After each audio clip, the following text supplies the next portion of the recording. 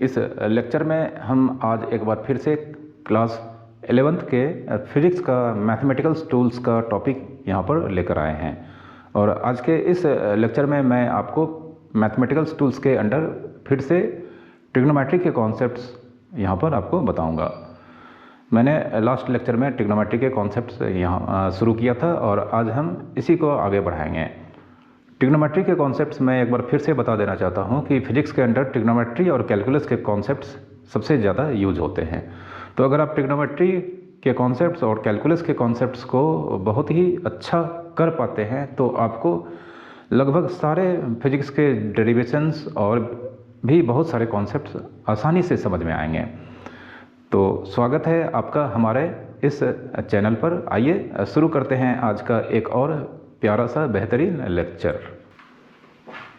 तो जैसा कि लास्ट लेक्चर में मैंने आपको बताया था ट्रिग्नोमेट्रिकल 6 रेशियोज के बारे में, जिसमें हम एक्स एक्सिस, वाई एक्सिस, यह एक्स एक्सिस और यह वाई एक्सिस और यह ओरिजिन है, और एक एंगल लिए थे जिसका इनिशियल आर्म मैंने बताया था हमेशा पॉजिटिव एक्स एक्सिस पे रखा जाता है।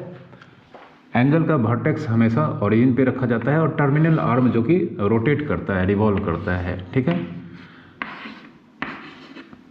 तो इस तरह से हमारे सामने एक एंगल थीटा है जो ऑलरेडी मैंने आपको पिछले लेक्चर में पढ़ाया था। तो यहाँ पर हम उसी को आगे बढ़ाने जा रहे हैं।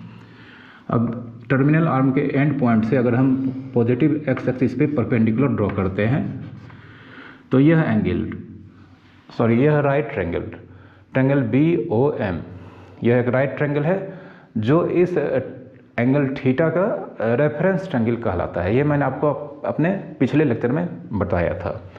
अब इस एंगल थीटा के लिए सबसे पहले यह 90 डिग्री के सामने का साइड राइट ट्रायंगल में हाइपोटेन्यूज होता है H, इसको H से रिप्रेजेंट करते हैं। यहाँ पर किसी भी चीज़ से रिप्रेजेंट कर सकते हैं, जैसे मैंने अपने पिछले लेक्चर में इसे R से रिप्रेजेंट किया था। तो यहाँ पर H से रिप्रेजेंट करते हैं। फिर थीटा से सटा हुआ इस रेफरेंस ट्रायंगल का थीटा से एडजेसेंट मतलब सटा हुआ जो दूसरा साइड है, यह इस एंगल थीटा के लिए बेस कहलाता है और तीसरा साइड अपने आप परपेंडिकुलर कहलाता है। और हमने आपको बताया था यहाँ पर साइन थीटा P/H होता है, कॉस थीटा B/H होता है। ठीक है, ये सब मैंने आपको बताया था। एक बार फिर से हम लिख देते हैं, चूँकि हम यहाँ पर इसके साइन स्कीम्स के बारे में जानेंगे।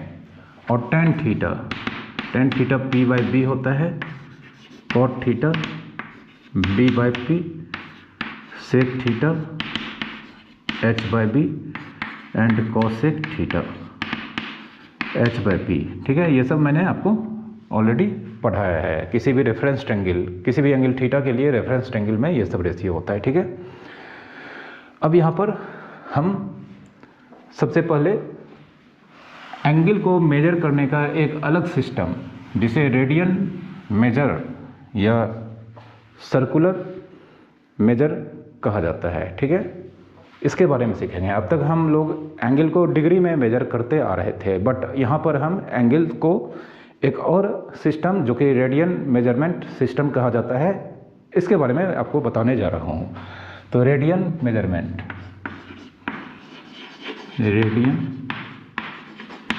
मेजरमेंट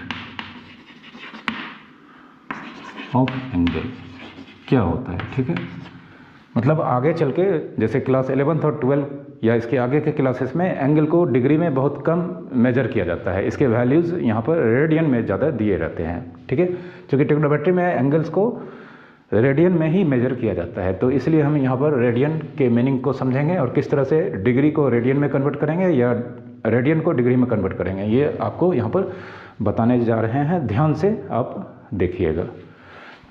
तो सबसे पहले रेडियन क्या होता है। रेडियन एंगल को मेजर करने का एक सिस्टम है और यह होता क्या है।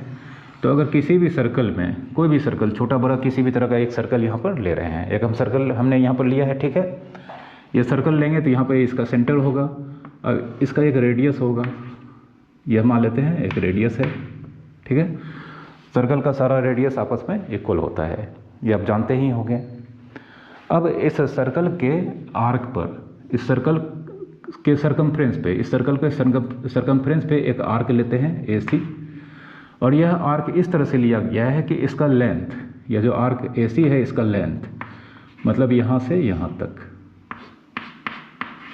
यहाँ से यहाँ तक इस सर्कल का आर का लेंथ भी रेडियस के इक्वल है, इस रेडियस आर के इक्वल है। ठीक है, तो किसी भी सर्कल में अगर हम उसके सरकमफ्रेंस पे एक आर्क लेते हैं और उस आर्क का लेंथ उस सर्कल के रेडियस के इक्वल होता है, उसके बाद इस आर्क के एंड पॉइंट को सेंटर से मिलाते हैं। तो इस आर्क का एंड पॉइंट यहाँ पर A है, A को ऑलरेडी हमने सेंटर से मिला रखा है। दूसरा एंड पॉइंट C है, इसको भी हमने सेंटर से मिला दिया। तो अब ये सेंटर पे मिलाने के बाद यहाँ पर सेंटर पे एक एंगल फॉर्म होता है, ये देख लीजिए यहाँ पर एक एंगल फॉर्म हो रहा है, ठीक ना। यही एंगल 1 रेडियन कहलाता है, यह एंगल 1 रेडियन कहलाएगा, क्योंकि यह एक स्पेशल केस है जिसमें सर्कल के सरकमफ्रेंस पे हमने एक आर्क लिया, उस आर्क का लेंथ रेडियस के इक्वल लिया। अब इस आर्क जिसका लेंथ इस सर्कल के रेडियस के लेंथ के बराबर है, इसके एंड पॉइंट को हमने सेंटर से ज्वाइन कर दिया। अब सेंटर पे जो एंगल फॉर्म होगा वह एंगल यहाँ पे थीटा 1 रेडियन होगा। ठीक है, तो यह 1 रेडियन का डेफिनेशन है कि किसी भी सर्कल में, चाहे छोटा बड़ा किसी भी तरह का सर्कल हो, किसी भी सर्कल में उसके सरकमफ्रेंस पे कहीं से भी एक आर्क लेना है, उस आर्क का लेंथ उसके रेडियस के इक्वल हो, और उस आर्क के एंड पॉइंट को अगर हम सेंटर से ज्वाइन कर देंगे तो सेंटर पे जो एंगल फॉर्म होता है जिसे सेंट्रल एंगल कहा जाता है, ये आप याद रखिएगा, हालांकि ये मैथमेटिक्स का टर्म है।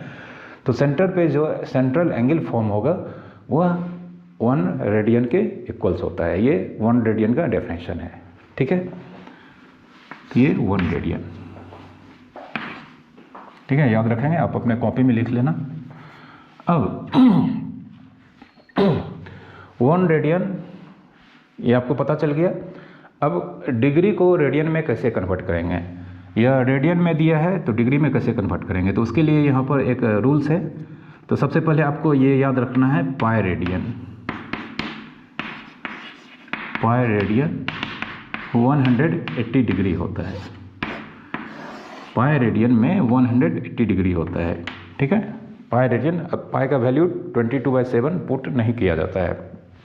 पाई रेडियन जैसे 1 रेडियन, कुछ एंगल होगा तो 1 रेडियन कुछ एंगल होता है, उसका यहाँ पर वैल्यू थोड़ा दूसरे तरह का होता है, वो आपको मैथमेटिक्स में चलता है, आपको यहाँ पर याद नहीं रखना है, बट आपको याद रखना है कि पाई रेडियन 180 डिग्री होता है। अब x डिग्री में है, मतलब एक एंगल है x जो डिग्री में है, और इसे रेडियन में कन्वर्ट करना है तो x को यहाँ पे π/180 से मल्टीप्लाई कर देंगे और यह कन्वर्ट हो जाएगा रेडियन में। ठीक है, x डिग्री में है, रेडियन में कन्वर्ट करना है तो इस x को π/180 से मल्टीप्लाई करेंगे, यह रेडियन में कन्वर्ट हो जाएगा। कुछ एग्जांपल यहाँ पर आप देख लें, जैसे 60 डिग्री, तो 60 × π/180 रेडियन। ठीक है, 60 डिग्री को रेडियन में कन्वर्ट करना है तो हम यहाँ पर जो एंगल दिया है डिग्री में उसके वैल्यू को, न्यूमेरिकल वैल्यू को, इस पर डिग्री नहीं लगाएंगे, 60 लिखेंगे सिर्फ, डिग्री छोड़कर इसको π/180 से मल्टीप्लाई करेंगे। पाई को कुछ नहीं करना है और बाकी कुछ कैंसिल हो रहा है तो इसे कैंसिल करा देंगे, जैसे यह कैंसिल हो गया तो यह अल्टीमेटली हो गया π/3 रेडियन। ठीक है, उसी तरह से दो और एग्जांपल लेते हैं। अब जानते हैं ट्रिग्नोमेट्री में किसी भी मेजरमेंट का एंगल हो सकता है, तो हम यहाँ पर कोई भी छोटा बड़ा नेगेटिव पॉजिटिव कुछ भी एंगल ले सकते हैं। जैसे हम यहाँ पर मान लेते हैं 210 डिग्री, तो 210 × π/180 रेडियन, यह कैंसिल हो जाएगा। सबसे पहले यहाँ पर 0 0, उसके बाद 3 7 जा 3 6 जा, मतलब यहाँ पर 7 π/6 रेडियन। 210 डिग्री 7 π/6 रेडियन को रिप्रेजेंट करता है। ठीक है, एक और एग्जांपल लेते हैं, 190 डिग्री, 90 डिग्री को हम लिखेंगे 90 × π/180 रेडियन। रेडियन को कभी कभी RAD शॉर्ट में लिखा जाता है। ठीक है, तो जानते हैं यह 2 से कैंसिल हो जाएगा, तो मतलब π/2 रेडियन होगा। ठीक है, तो इस तरह से आप किसी भी एंगल जो कि डिग्री में होगा उसे रेडियन में आसानी से इस तरह से कन्वर्ट कर सकते हैं। ठीक है, अब अगर एंगल डिग्री में नहीं बल्कि रेडियन में दिया रहेगा तो हम उसे डिग्री में किस तरह से कन्वर्ट करेंगे ये आपको बताते हैं यहाँ पर।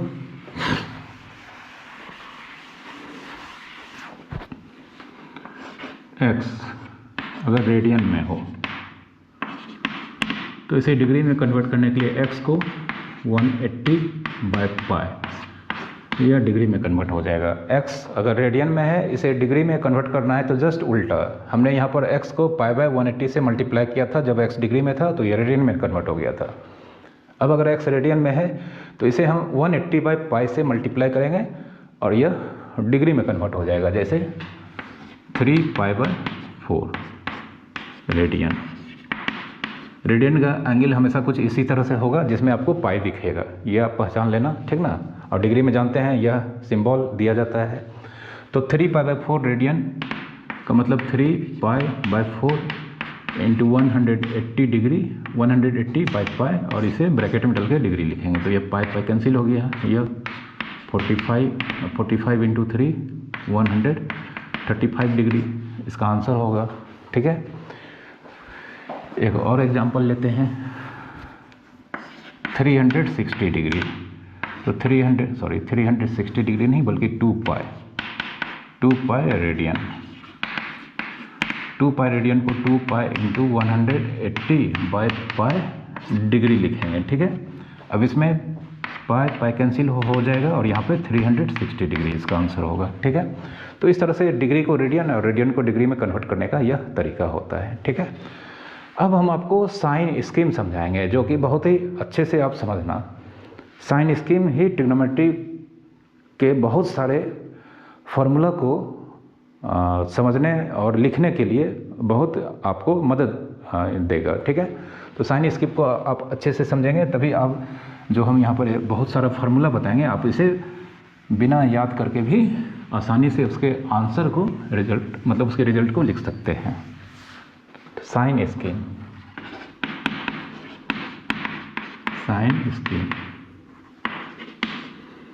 तो साइन स्कीम सबसे पहले आपको यह मालूम होगा क्वाड्रेंट के बारे में।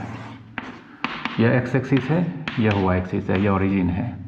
हम जानते हैं कि वह रीजन इस प्लेन में, यह एक प्लेन है, इस प्लेन में वह रीजन जो कि x axis positive x axis और पॉजिटिव वाई एक्सिस के अंडर आता है। तो यह पॉजिटिव एक्स एक्सिस या पॉजिटिव वाई एक्सिस या इसके अंडर आ गया, यह फर्स्ट क्वाड्रेंट कहलाता है, फर्स्ट क्वाड्रेंट। और इसमें कोई भी पॉइंट अगर होगा उसका कोऑर्डिनेट एक्स वाई, कोई भी पॉइंट जिसका दो कोऑर्डिनेट होता है, एक्स कोऑर्डिनेट वाई कोऑर्डिनेट, दोनों पॉजिटिव होते हैं। ठीक है, उसके बाद इसके जस्ट लेफ्ट साइड जो क्वाड्रेंट होता है उसे सेकेंड क्वाड्रेंट कहा जाता है, सेकेंड क्वाड्रेंट। और इसमें किसी भी पॉइंट का दो कोऑर्डिनेट एक्स वाई, इसमें से एक्स आपका इस तरफ देख सकते हैं ओरिजिन के इस साइड मतलब नेगेटिव होगा और वाई एक्सिस एबव होगा जो कि पॉजिटिव है। तो सेकेंड क्वाड्रेंट में एक्स कोऑर्डिनेट किसी भी पॉइंट का नेगेटिव होगा, वाई कोऑर्डिनेट पॉजिटिव होगा। ओके, और उसके नीचे जैसे ही सेकेंड क्वाड्रेंट के हम नीचे आएंगे यह थर्ड क्वाड्रेंट कहलाता है। ठीक है, ये आपका हो गया थर्ड क्वाड्रेंट।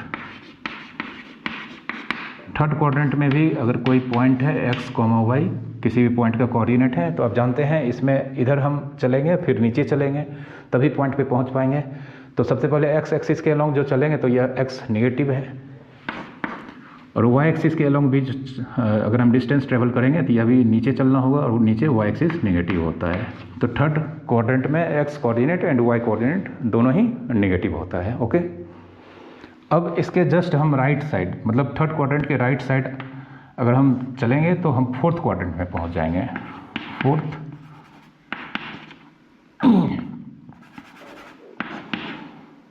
चलिए इसे फोर्थ ही लिखते हैं, फोर्थ क्वाड्रेंट। फोर्थ क्वाड्रेंट में एक्स पॉजिटिव होगा, वाई नेगेटिव होगा, क्योंकि एक्स पॉजिटिव एक्स एक्सिस के अलोंग होगा और वाई नेगेटिव वाई एक्सिस के अलोंग होगा। तो यहाँ पे x पॉजिटिव y नेगेटिव, ठीक है। तो ये आपका जो कोऑर्डिनेट्स क्वाड्रेंट के अंदर किसी भी पॉइंट के कोऑर्डिनेट्स के साइन को यहाँ पर रिप्रेजेंट किया जाता है।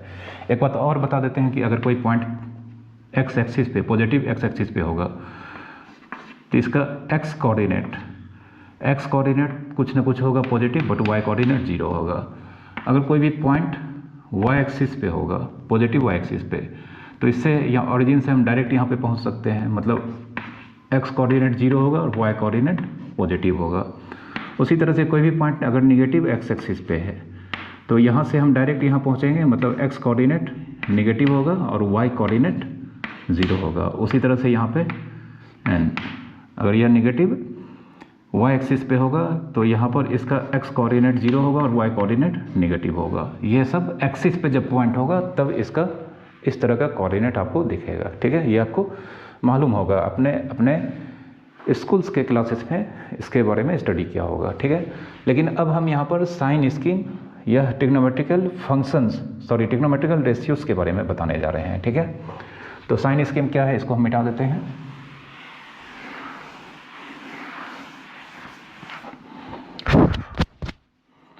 साइन स्कीम यह है, फिर से हम एक क्वाड्रेंट को लेते हैं,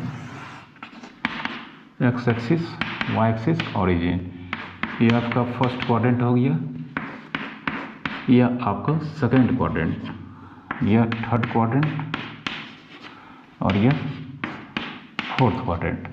तो फर्स्ट क्वाड्रेंट जिसमें x y, ठीक है। तो x y कहने का मतलब अगर हम यहाँ पर एक रेफरेंस ट्रायंगल बनाएंगे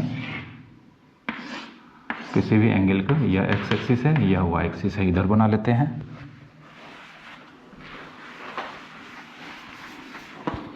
अगर हम यहाँ पर एक रेफरेंस ट्रायंगल बना लें इस तरह से,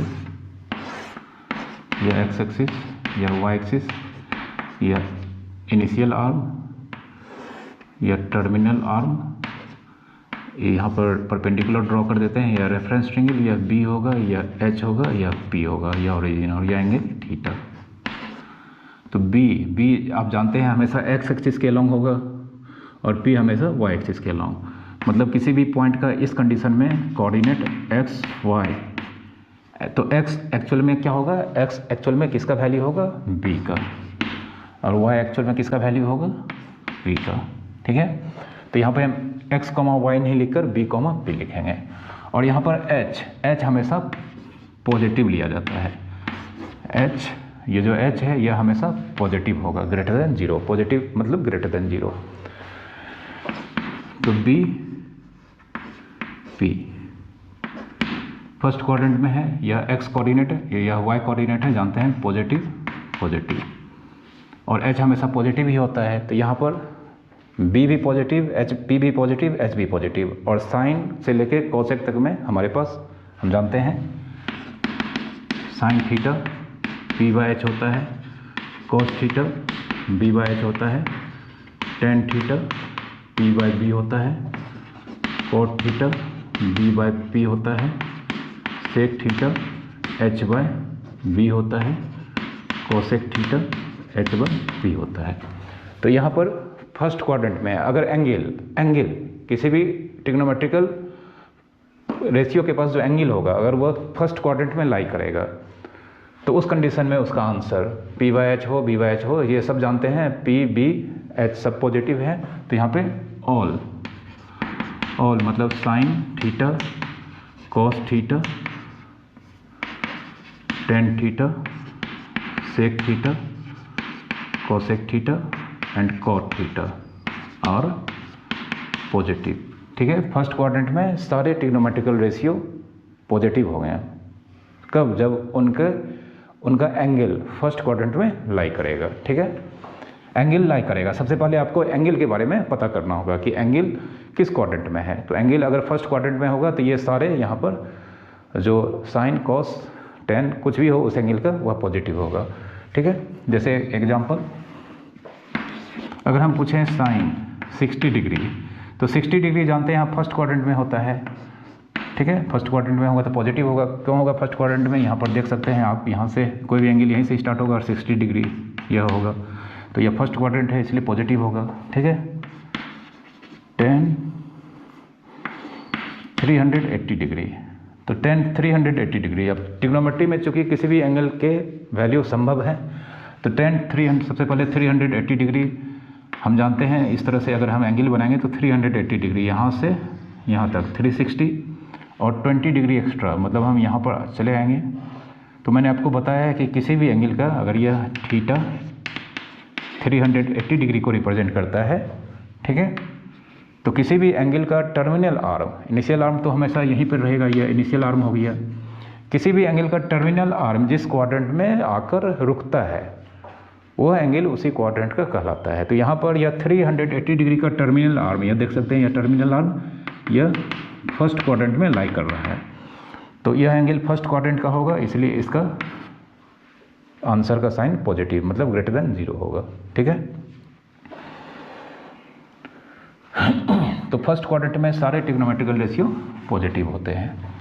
सेकंड में बी पी, तो बी एक्स का कोऑर्डिनेट मतलब नेगेटिव होगा और पी पॉजिटिव होगा।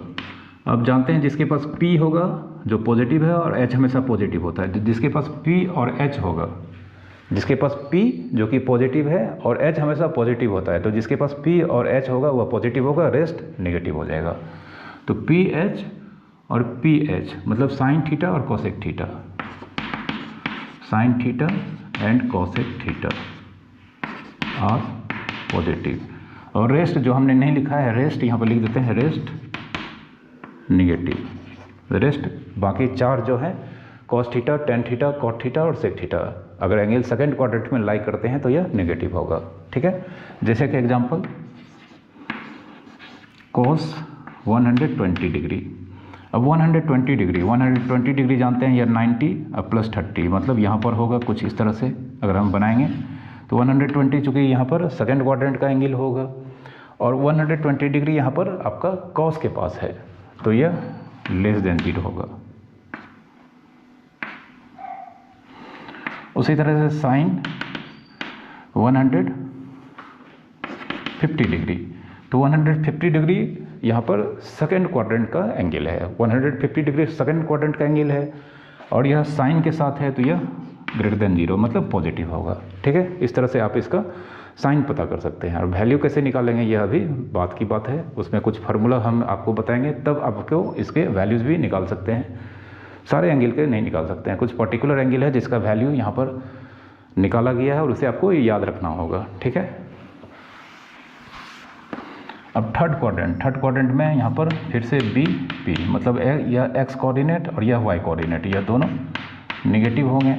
अब यह दोनों निगेटिव होंगे तो यहाँ पर जिसके पास b और जिसके पास p होगा, निगेटिव बाय निगेटिव पॉजिटिव हो जाएगा। तो b और p आपका tan के पास है और cot के पास है, तो हम यहाँ पर लिखने जा रहे हैं tan theta and cot theta और पॉजिटिव, रेस्ट निगेटिव, ठीक है।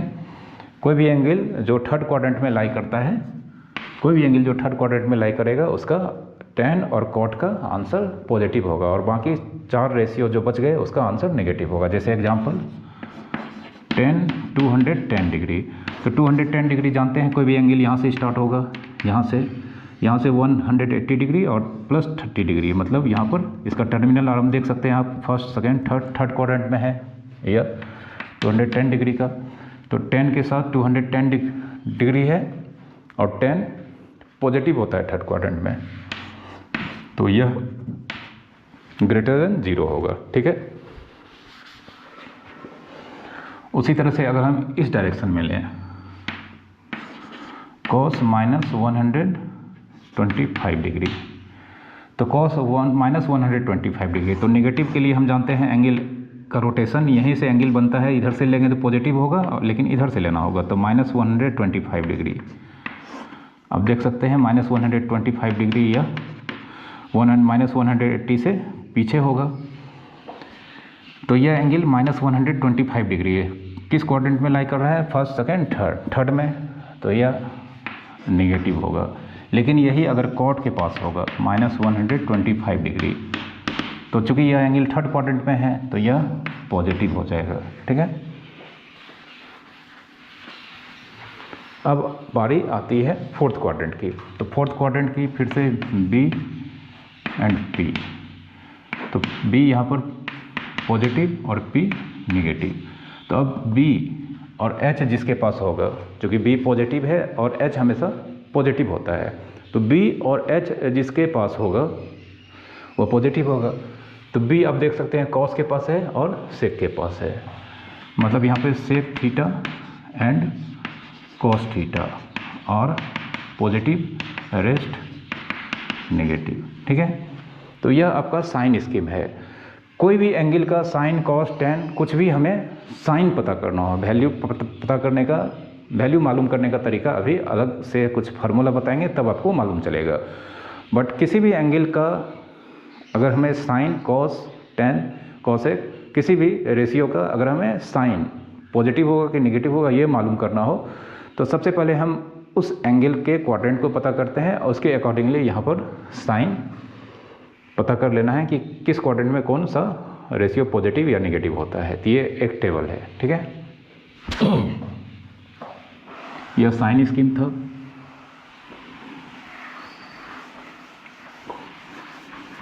अब यहाँ पर बहुत सारे फार्मूला को हम यहाँ पर बताने जा रहे हैं हम। ठीक है, ट्रिग्नोमेट्रिकल। और एक चीज़ और, यहाँ पर साइन थीटा कॉस थीटा ये सब का वैल्यू किस नंबर से किस नंबर के बीच होगा, मैक्सिमम कितना होगा, मिनिमम कितना होगा। ठीक है, तो range of values of trigonometrical ratio, trigonometrical ratios. ठीक है, ट्रिग्नोमेट्रिकल वैल्यूज के रेंज मतलब कहाँ से कहाँ के बीच, किस नंबर से किस नंबर के बीच लाई करेगा। ठीक है, तो पहला साइन थीटा जानते हैं पी बाय एच होता है, और साइन थीटा का वैल्यू -1 से +1 के बीच लाई करता है। साइन थीटा कोई भी एंगल हो। ठीक है, तो अगर साइन थीटा का वैल्यू हम यहाँ पर जानना चाहेंगे तो मैक्सिमम कहाँ तक जा सकता है, तो 1 तक, और मिनिमम -1 तक। 1 के आगे साइन थीटा का वैल्यू नहीं होता है।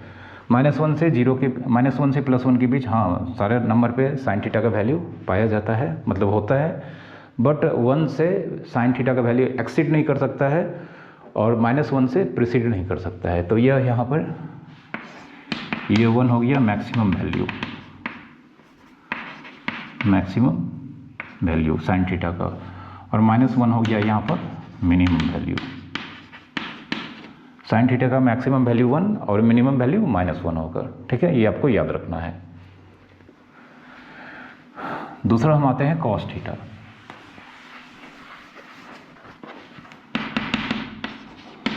कॉस थीटा जो कि b/h होता है, b/h, और कॉस थीटा का वैल्यू भी यहाँ पर -1 से +1 के बीच होता है। ठीक है, कॉस थीटा का भी वैल्यू -1 से +1 के बीच लाई करता है। मतलब फिर से यहाँ पे मैक्सिमम वैल्यू कॉस थीटा का 1 होगा, मतलब +1 होगा, और मिनिमम वैल्यू कॉस थीटा का -1 होगा। ये आपको याद रखना है। कॉस थीटा का मैक्सिमम वैल्यू +1 और मिनिमम वैल्यू -1। ठीक है, ये साइन कॉस का था। अब हम टेन के बारे में देखते हैं।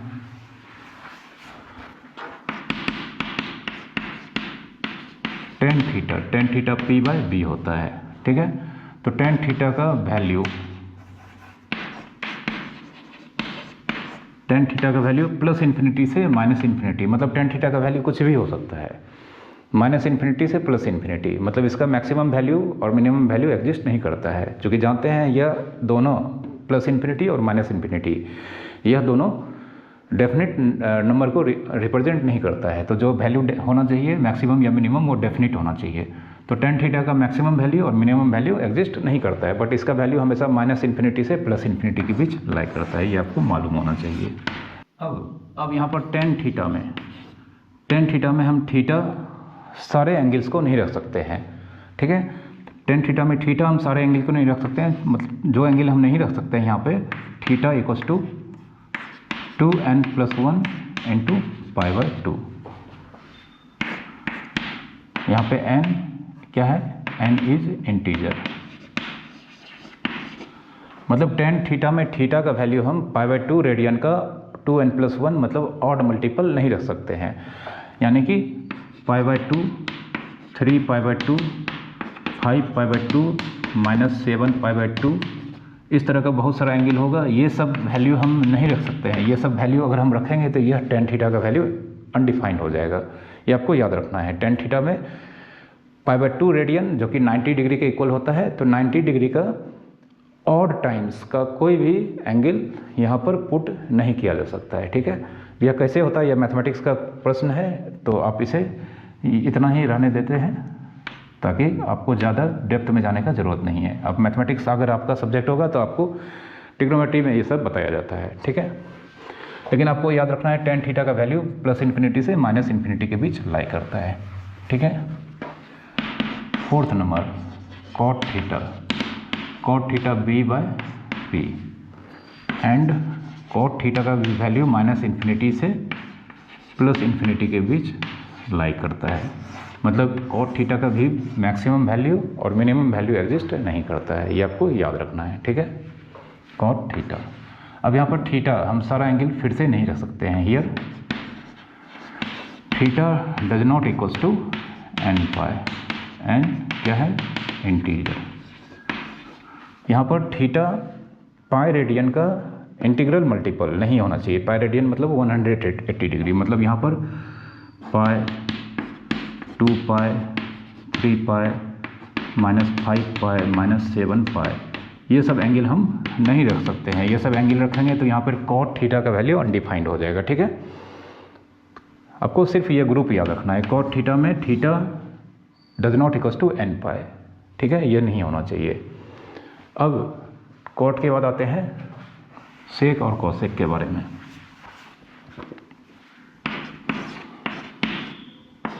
सेक थीटा h/b होता है। ठीक है, अब सेक थीटा का वैल्यू आपको याद रखना है। Sec theta greater than equals to 1 and sec theta less than equals to -1। तो सेक थीटा का वैल्यू कुछ अजीब तरह का होता है। मतलब सेक थीटा का वैल्यू 1 या 1 से बड़ा होता है पॉजिटिव में, और नेगेटिव में -1 या 1 से छोटा होता है। मतलब एक नंबर लाइन को अगर हम बनाएंगे, यहाँ पे 1 है, यहाँ पे -1 है, तो सेक थीटा का वैल्यू 1 से, यहाँ 1 से स्टार्ट होकर इधर जाएगा। इधर मतलब आपका +∞ की ओर जाएगा। और -1 से भी स्टार्ट होकर यहाँ पर -1, आप देख सकते हैं sec theta less than equals to -1। तो sec theta less than equals to -1 का मतलब -1 से स्टार्टिंग होगा और इधर आपका पीछे एंडलेस चलता चला जाएगा। मतलब सेक थीटा का वैल्यू -1 से +1 के बीच लाई नहीं करता है। ठीक है, सेक थीटा का वैल्यू -1 और +1 के बीच लाई नहीं करता है। तो इस तरह से इसका हम देखें, यहाँ पे मैक्सिमम वैल्यू फिर से एग्जिस्ट नहीं करता और मिनिमम वैल्यू भी एग्जिस्ट नहीं कर सकता है। ठीक है, तो ये सेक थीटा का रेंज था। ठीक है, अब इस यहाँ पर भी सेक थीटा में थीटा नहीं होना चाहिए 2n+1 इंटू π/2। यहाँ पे n क्या है, n is integer. Sec theta में π/2 का ऑड मल्टीपल एंगल हम नहीं रख सकते हैं। π/2 मतलब 90 डिग्री, मतलब 90 डिग्री का ऑड मल्टीपल्स जैसे 90 × 3, 90 × 5 ये सब एंगल यहाँ पर अलाउड नहीं है, नहीं तो यह अनडिफाइंड हो जाएगा। मतलब n theta does not equals to π/2, 3π/2, 7π/2 etc। π/2 मतलब कह सकते हैं 90 डिग्री, 3 × 90 डिग्री या -5 × 90 डिग्री। ये सब एंगल यहाँ पर सेक में नहीं रख सकते हैं। ये सारे वैल्यू पे सेक का वैल्यू अनडिफाइंड होता है। ठीक है, बाकी इसको छोड़कर हम सारे वैल्यू रख सकते हैं।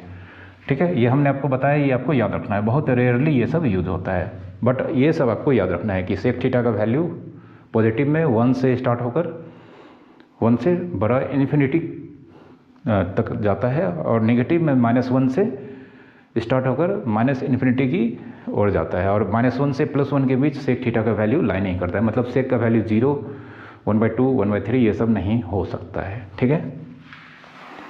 सेक के बाद आते हैं कोसेक के बारे में।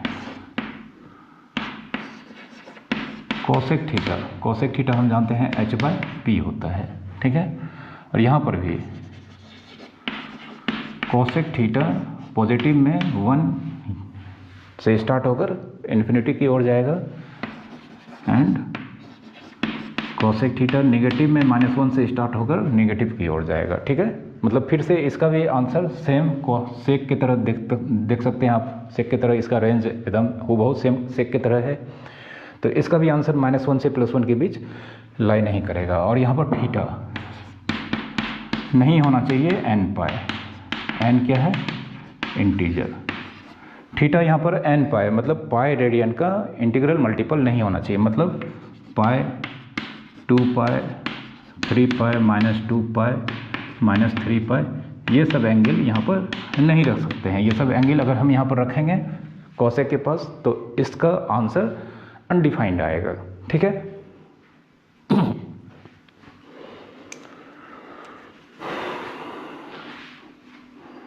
तो आज के लेक्चर को हम यहीं पर समाप्त करते हैं।